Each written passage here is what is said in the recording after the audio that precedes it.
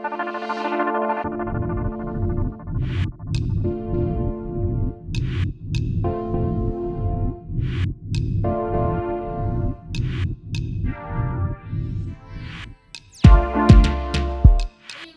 welcome back to my channel, or welcome to my channel. My name is Tara. Oh man, I've been trying to do YouTube for so long, and there's been so many technical difficulties over the years. In today's video, I'm going to be talking about a condition that I have that's in my eyes, and I'm gonna tell you what it is and the whole process of everything. Okay, I've been meaning to talk about this for so long. It has been 7 months since everything has transpired or whatever, but I'm gonna get into that. So I have a condition in my eye, and it's called keratoconus. It's a disease actually, and it's like hereditary, and it's a disease that basically distorts your vision. It's a condition that distorts your vision, and I discovered that I had keratoconus in 2017 when I was 23. So I got some notes right here. I had to take some notes because it's a lot. It's 2 whole pages. It's this first page and then this page, so it's a lot. It's gonna be 2 parts to this video because it's gonna be pretty detailed and pretty long, I guess. Whatever. Anyways, so in this video, I'm just gonna tell y'all what keratoconus is, how I was diagnosed or found out that I had it, and everything with the whole entire disease, because it is a disease. It's not spreadable. First of all, it's hereditary, which is crazy because nobody in my family has it that I know of. Like, nobody on my mom's side of the family has it, and I don't really know about on my father's side, but most likely not. But anyways, so keratoconus is a condition in which the cornea bulges forward. So like your cornea is the clear part of your eye, and it bulges forward. So it turns into a cone shape. Our eyeballs are spherical. It's a sphere, a circle, if you may. And it bulges out, and it's not supposed to bulge out because then your vision gets distorted. The light doesn't transmit to your retina. I think that's what it's called. Let me find out. I know science.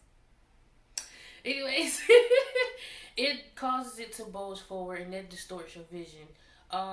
It's not a regular astigmatism. It is a full-fledged disease, and the ages of people that get it is between the ages of like, what they say, adolescence, for probably like age 14, even younger than that, all the way up to probably like age 40 is when it decides to start, like chilling out, or like, it's not like continuously getting worse. It's just gonna be what it is, and it's gonna stop or whatever. It could not. But anyways, no specialist or doctor, anybody knows why this happens or where it come from, really. So yeah, I talked to my doctors about it. No one knows. I've done tons of research about it. As soon as I was diagnosed with this condition, I went immediately to Google. What is this word? Because am I going blind was the question. Am I going blind? and a lot of people, like, the condition depends on each person. So it's not like every single person with the disease has this same outcome or whatever. So in my case, it's in my left eye. It could be in either eye, most likely both. So it's in both my eyes, but it's mostly in my left eye than it is my right eye. And let me tell y'all know the blurriest setting to a camera. That's exactly how my left eye is. My dominant eye is my right eye, but my left eye, useless. Useless, okay? So, there's a lot of different treatments for this condition, and the treatment that I've been doing research ever since I was diagnosed. Let me tell you how I was diagnosed. So I went to school, I went to college in 2015, and that's when I noticed that my vision was starting to, you know, my perfect 2020 vision, my perfect 2020 vision, it was leaving me. You know what I'm saying? It was leaving me. I'm sorry. Anyways, and I noticed that because all through regular school, like elementary school, high school, you know, I was always in the back of the class or somewhere in the middle. I was never in the front. In college, I sat in the front of every single one of my classes, and I still was having difficulty seeing the board sometimes. So I noticed I was squint a lot, like y'all keep seeing me do, which I don't know why I'm doing that, but like I was squint, and so when I got out of school, in at the end of 2015, I only did one year. That's it. I only did 1 year. But in 2016, I went to my eye doctor that I have through my regular doctor's office. They have their own. They got their own everything. Like it's a whole strip of goddamn a whole street with just them and their business. Dentist, eye doctor, garden, senior care, fitness, just all type of crap. If you in Chicago, you know exactly where I'm talking about. But anyways, I went to the eye doctor there, and they didn't see it. They didn't know what it was. They didn't see it because, you know, I guess they didn't catch it or whatever. Because I definitely did ask at my next appointment at another doctor. Okay. So, I went there, I had my appointment. They said it's like a regular astigmatism, basically. That's what they said it was. And they just gave me a regular eyeglass prescription. Those glasses definitely helped me be able to see for a while. But then I noticed every year I need a new prescription. I need new glasses. And until a certain year, I think it was 2018, yeah, 2000, no, 2019. Yeah, I think it was like 2018 or 2019 where it was like, okay, these glasses aren't going to work. I went to 3 different optometry offices, and nobody has, you know, they can't tell, they can't do anything about it because they're regular optometry. I need to see an ophthalmologist, which is an eye surgeon or specifically a keratoconus specialist. So it's like you have the regular optometrist that do regular stuff with eyeglasses and contact lenses and stuff like that. You know, they do the regular stuff. But they can see things and they can diagnose you other things, but they're not allowed to do surgery and things because they're not trained to do it. Duh, I hope we all know that. Then you have your ophthalmologists who are surgeons. They can do more than a regular optometrist can do. But now you got the keratoconus specialist, so they can do it all, baby. So that's where I eventually had to go. I got my eyeglasses that first year in 2016, and then in 2017 I went to a different doctor's office, which was closer. It was like up the street from our house. They were so nice, and so the office was so pretty. It was like own business because it was like all women up there, and they was, oh my god, it was so cute in there. But anyways, they're the ones who diagnosed me with keratoconus. And when they said that my heart dropped, this was in 2017 when I was diagnosed with keratoconus. I think it was in like February, March, maybe. I forgot. But that's when I was diagnosed. And as soon as she said the word, I popped my phone out. What is this word? What's this? What is this? Am I going blind? That's the question I had. Am I going blind? That's all I want to know. If I ain't going blind, okay, I'm cool. I'm cool. I'm fine. I'm dandy. I'm chill. I can relax. But if I'm going blind, what the hell?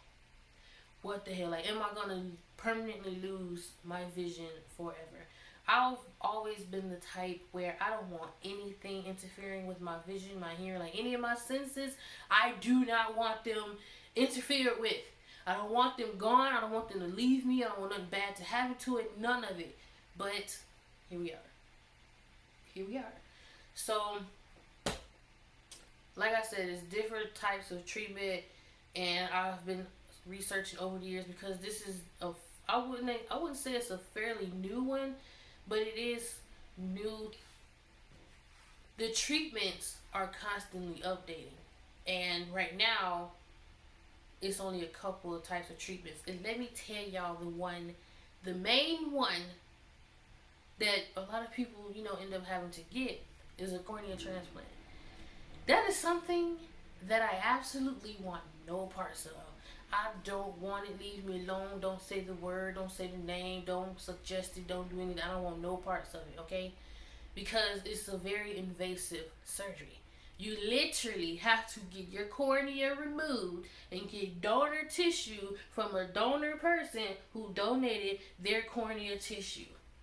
Or whatever. Maybe a deceased person, which is what I'm thinking if they had great vision. I don't want that. I do not want, I don't know the ins and outs of where the tissue comes from, but I don't want somebody else's eye tissue inside of mine. I know it could definitely be life-saving or whatever, but no, it's just something I don't want. Like, I just can't see myself getting that type of surgery because sometimes it don't work. Sometimes your eye can reject it. And it's like, I went through all this, paid all this money, because it is about, what they say, $16,000. I don't have $16,000, boo. At least not right now.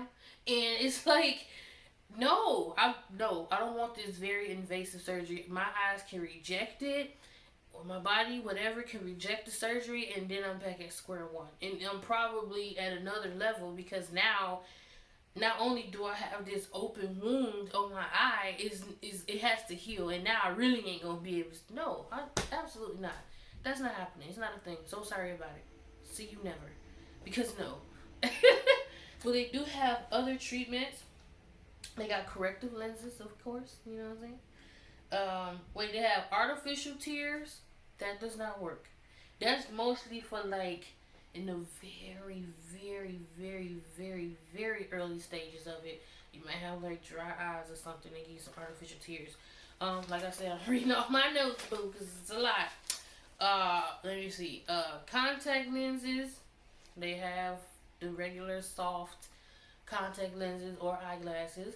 I never had contact lenses, the soft ones. I've never had that, but I have had 3 pair of glasses, and they were all cute. Excuse me. Corrective lenses, which is like the eyeglasses. Like I said, they have hard contact lenses, rigid, gas permeable, piggyback, hybrid, and scleral lenses, and they also have something called Intacs. They have this other surgery. It's called corneal cross-linking. That's fairly new for the treatment. It's 2 options: epithelium on and epithelium off. So the United States only approved the epithelium on. The epithelium off is invasive. It's pretty invasive, because what they do is take the cornea off or whatever, and they put something in your eyes called riboflavin B12 drops, something like that. I think it's called something like that. And they use an ultraviolet light, UV light, to like stabilize it, I guess, or get it all up in your system. You know what I'm saying? This is all off memory, because when I tell y'all I've done research, okay? I've done it. I've done so much research, and it's like, I was just like, oh my goodness, you know what I'm saying? So I decided, because I was looking at the cost of the stuff, like, them surgeries ain't cheap. They ain't cheap. So I was like, okay, I want to get these corneal cross-linking, and I want to do the Intacs. So Intacs are a special type of lens that goes underneath your cornea to flatten it, to flatten your eye shape back out as much as possible. Then they put it back on. Over time, that's how it happened. I was like, okay, I'm gonna do that. The corneal cross-linking is between $2,400 and $4,000 per eye. So you're paying a good, what did I say, 24 is 48. Yeah, 48. So you pay a good $5,000 to $8,000 for that. That depends on where you go and if those numbers are still, because I have not looked up that in a long time. I'm just like, I'm not gonna stress myself out. I'm not about to do it. We're not going there. I'm gonna let it go. So I was like, I want to do that with the intakes, and the intakes are about $3,000 to $6,000 per eye. You know, again, still if it's still that way, you know what I'm saying. So I'm like, damn, that's a lot of money, bro. That is a lot of freaking money, bro. That's a lot of money. So I was like, okay, I'm gonna do that combination because if I could get the corneal cross-linking is to stop the progression of the disease. Sometimes it don't work. Just like anything, with every solution, sometimes it doesn't work. Everybody is different, and everybody have different results. Everybody have different recoveries. Everybody's different, so the treatments are different for everybody. I'm like, okay, I'm gonna do this corneal cross linking with these intakes because if I could get my vision back, because it's being flat and the disease is not progressing, we gonna do that. Put me on a payment plan, honey. Put me on a payment plan, okay? So that was my mindset. Like, let's do that and put me on a payment plan because I know I don't got the money out, but I'll pay this shit off for the rest of my life if I have to. If it's gonna allow me to hold and keep and maintain my vision, because my vision is so precious to me. It's one of the most important senses that we have aside from my hearing, and smell is important, taste is important, touch is important. You know, those are important, but it's like my vision. I've always valued my vision. I've always said since I was a little girl, I don't want anything to happen to my eyes. I don't ever want to wear glasses. I don't ever want contact lenses. I don't ever want anything bad to happen to my vision. And here we are, me with an eye that don't work and an eye that barely works. So this one don't work, that one barely work, and it's just like, bro, like why me? Why me? Why me? Why me? And I'm still asking that question, why me? But anyways. Let's calm down. Like I said, I don't want no parts of no cornea transplant. Y'all can keep that. Y'all can have it. See you never. No, it's not happening. So like I said, my diagnosis was in 2016 when I went to my first appointment and got my first set of eyeglasses because they said it was astigmatism. It was not. And no, I can't sue them because it was new and they didn't know what the hell it was. And I feel like I was being studied by students anyway. But anyway, that's neither here nor there. Anyways, the second appointment was in 2017 with an eye doctor that was close to my home, and they the ones who diagnosed me with it. And child, oh, my heart broke. To hear that your vision is literally leaving you and it ain't nothing you can do about it because you don't have the finances. That's the only reason why I couldn't do anything about it, because don't have the finances. So that was heartbreaking. And then, so I was just doing tons of research, like I said. And it's just, oh Lord, it was just heartbreaking, okay?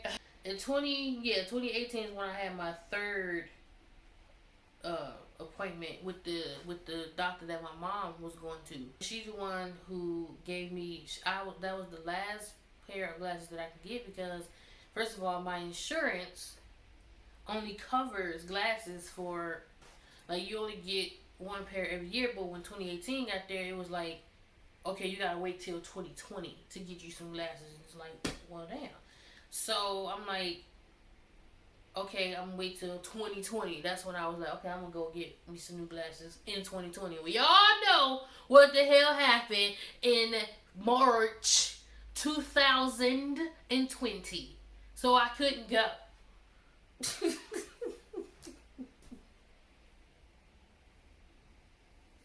The third doctor that I went to, that my mom went to, she the one who told me that it's likely not, glasses aren't going to help me because it's going to keep progressing. I was just so frustrated because it's like from 2016 to 2020, I can't do anything about anything. I've tried to get work and I tried to save, and it's just like, it's freaking impossible when I have other stuff that I have to do. So it's just like, whatever. Corneal cross-linking was $24 to $4,000 per eye, and the intakes were $3,000 to $6,000 per eye. So that was a lot of money. I was like, that's the combination I'm gonna do. Okay, this is how the keratoconus affected me.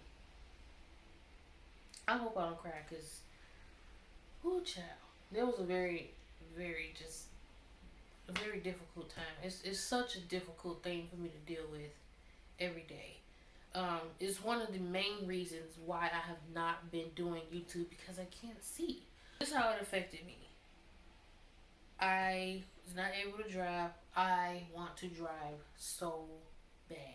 So I never received my license. Like I said, I'm 28 years old. Never received my license, even though I had even though I had the opportunity to get them. Okay. I couldn't work because I can't see, and if I can't see, then I don't know what I'm doing. I worked all the way up to 2018 because in that year is when it started to get really, really, really bad. And it's just like, what am I supposed to do? How am I supposed to live? How am I supposed to take care of myself? I don't want to be a burden on my family or anybody in this world. What am I supposed to do? So I couldn't work, and that was devastating because I can't see. Ain't nobody gonna hire me and I can't see. And I'm bumping into things. That's what's happening. I started bumping and running into the walls a lot. I'm tripping down and up the stairs. I can't see to like put my keys in the door or anything. I can't see people around me. That's the whole thing. But I can't see. It went from being able to see very clearly to being able to see like colors and shapes and figures and stuff to everything is a blur.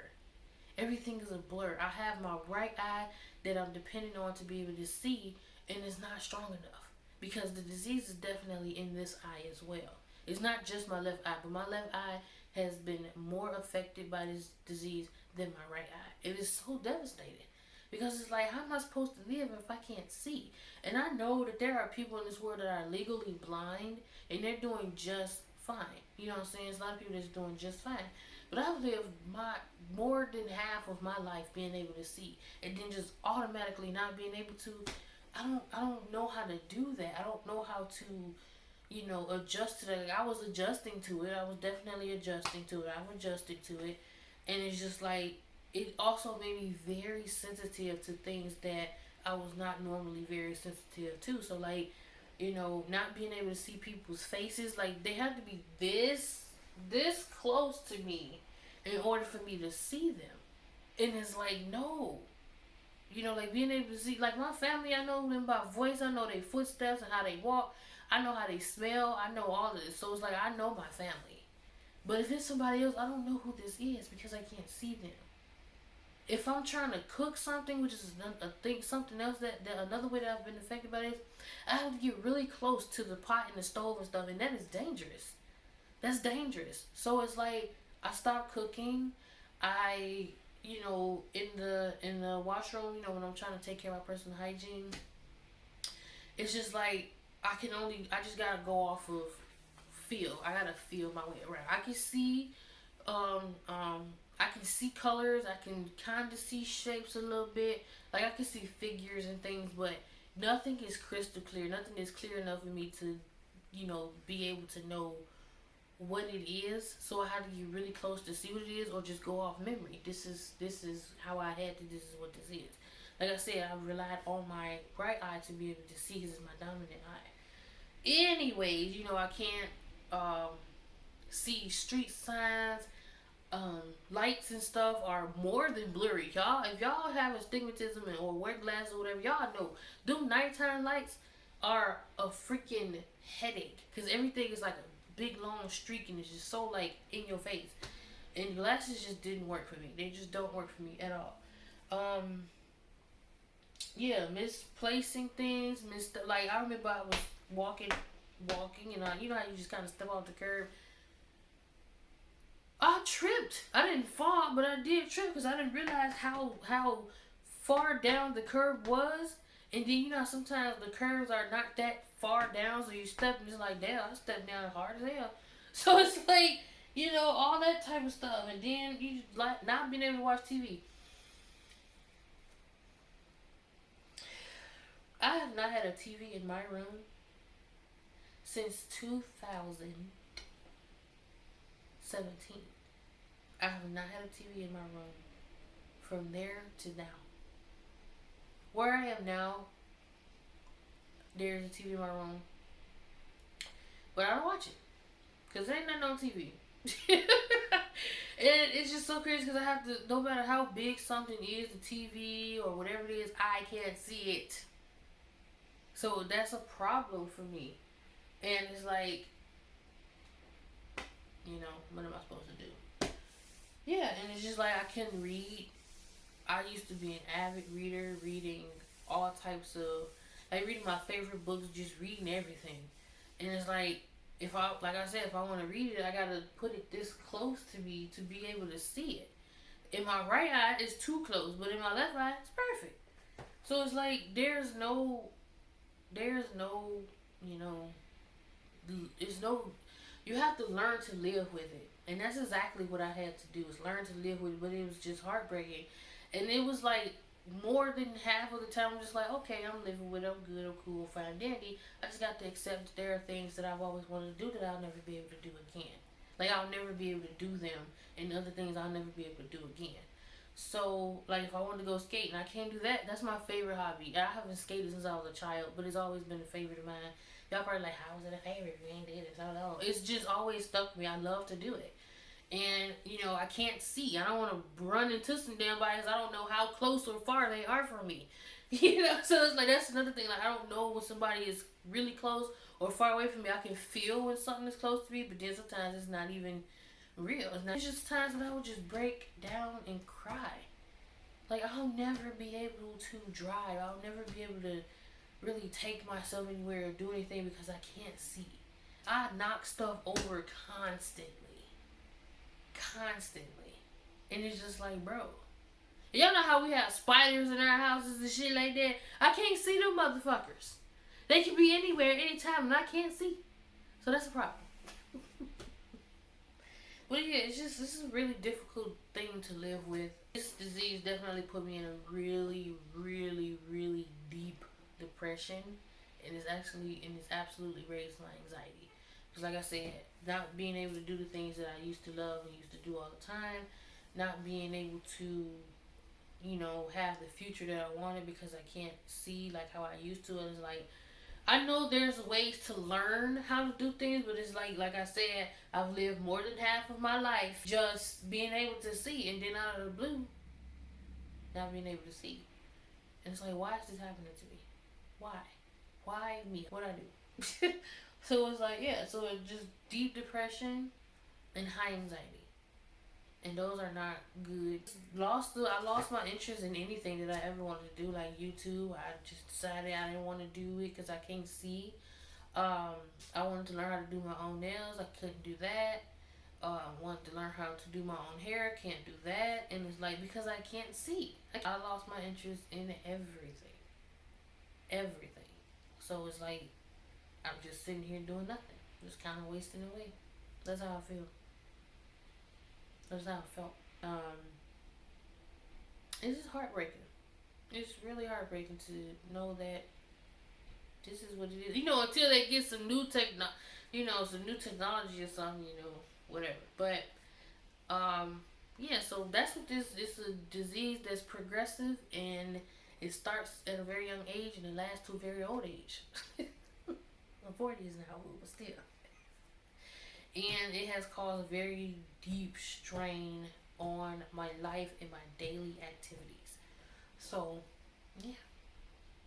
But there's always a freaking positive and a bright light on the other side. So stay tuned for part 2. And I'll tell y'all my great news with this whole entire situation.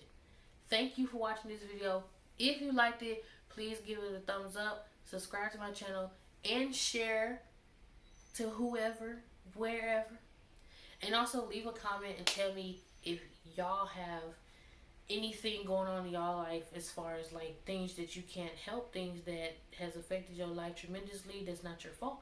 And, just let me know how y'all got through it or how you're getting through it, and or if you know somebody that has this type of condition, and what are they doing? You know what I'm saying? How is they reaction to treatment, if they had treatment, or what are their plans to, you know, move forward with it. Yeah, so thank you all for watching this video, and I'll see you in the next one.